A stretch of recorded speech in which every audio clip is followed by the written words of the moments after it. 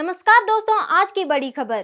कांग्रेस ने आखिरकार आज घोषित कर दिया कि सिद्धारामैया राज्य के अगले मुख्यमंत्री होंगे और डीके शिव कुमार उप मुख्यमंत्री के रूप में कमान संभालेंगे। पिछले कुछ दिन से दोनों नेताओं के बीच मुख्यमंत्री पद को लेकर रस्साकशी चल रही थी, जो आज समाप्त हो गई। अब बेंगलुरु में 20 मई को शपथ ग्रहण का आयोजन होगा, जिसमें कांग्रेस के कई बड़े नेता शामिल होंगे।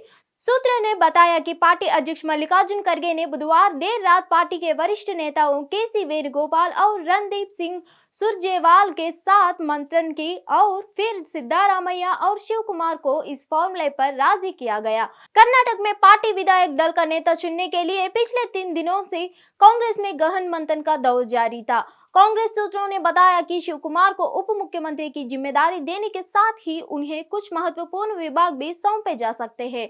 इस फॉर्मूला पर सहमति बनने के बाद सिद्धारामैया और शिव कुमार ने बृहस्पतिवार सुबह खड़गे से उनके आवास पर मुलाकात की। देर रात स्थिति साफ हो गई और आज कांग्रेस ने प्रेस कॉन्फ्रेंस पर कर्नाटक के मुख्यमंत्री के नाम घोषित कर दी। बिहार में जाति गणना को लेकर राज्य सरकार को सुप्रीम कोर्ट से बड़ा झटका लगा है। फिलहाल जाति गणना नहीं होगी।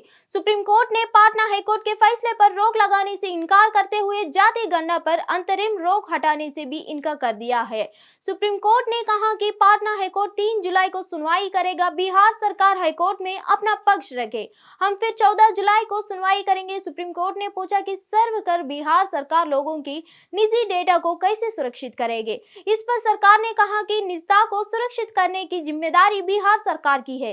सरकार ने इसकी तैयारी कर रखी है। बिहार सरकार की तरफ से कहा गया कि मामले में हाईकोर्ट ने पूरे पक्ष को नहीं सुना। हाईकोर्ट ने तत्काल रोक लगा दी। सर्व का 80% काम पूरा हो चुका है। 10 दिन का समय दिया जाए ताकि सर्व पूरा किया जा रहा है। प्रधानमंत्री नरेंद्र मोदी ने गुरुवार यानी आज ओडिशा को 8,000 करोड़ के प्रोजेक्ट की सौगात दी। साथ ही पूरी हावड़ा वंदे भारत एक्सप्रेस को भी वर्चुअली हरी झंडी दिखाई। इस मौके पर पीएम मोदी ने कहा कि आज ओडिशा और पश्चिम बंगाल के लोगों के वंदे भारत ट्रेन का उपहार मिल रहा है। वंदे भारत ट्रेन आधुनिक भारत और आकांक्षी भारत दोनों को प्रतीक बन रहा है। प्रधानमंत्री ने कहा कि आज जब वंदे भारत एक स्थान से दूसरे स्थान से गुजरती है तो उसमें भारत की गति और भारत की प्रगति दिखाई देती है। अब कोलकाता से पुरी जाना हो या पुरी से कोलकाता, या यात्रा केवल 6.5 घंटे की होगी। उन्होंने कहा कि बीते वर्ष में भारत ने कठिन से कठिन वैश्विक हालातों से भी अपने विकास की गति को बनाए रखा। इसके पीछे एक बड़ा कारण है, इस विकास में हर राज्य भी भागीदारी है। देश हर राज्य को साथ लेकर आगे बढ़ रहा है।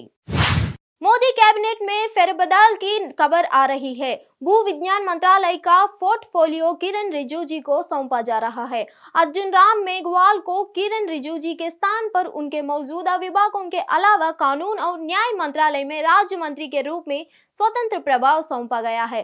किरण रिजिजू अरुणाचल प्रदेश से आते हैं। पिछले कुछ समय से वह और रिटायर्ड जजों पर टिप्पणियों को लेकर चर्च में रहे। किरण रिजिजू ने कॉलेजियम सिस्टम को लेकर भी कहा था कि देश में कोई किसी को चेतावनी नहीं दे सकता है। देश में सभी लोग संविधान के हिसाब से काम करते हैं। इसके अलावा भी कुछ सख्त टिप्पणियां उन्होंने की थी। किरण रिजिजू ने अपने ट्विटर बायो में भी मंत्रालय का नाम बदल दिया है। अब वहां minister of earth science India लिखा है।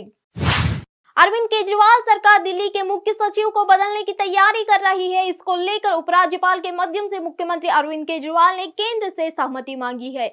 नरेश कुमार की जगह पीके गुप्ता को मुख्य सचिव बनने के लिए प्रस्ताव भेजा गया है।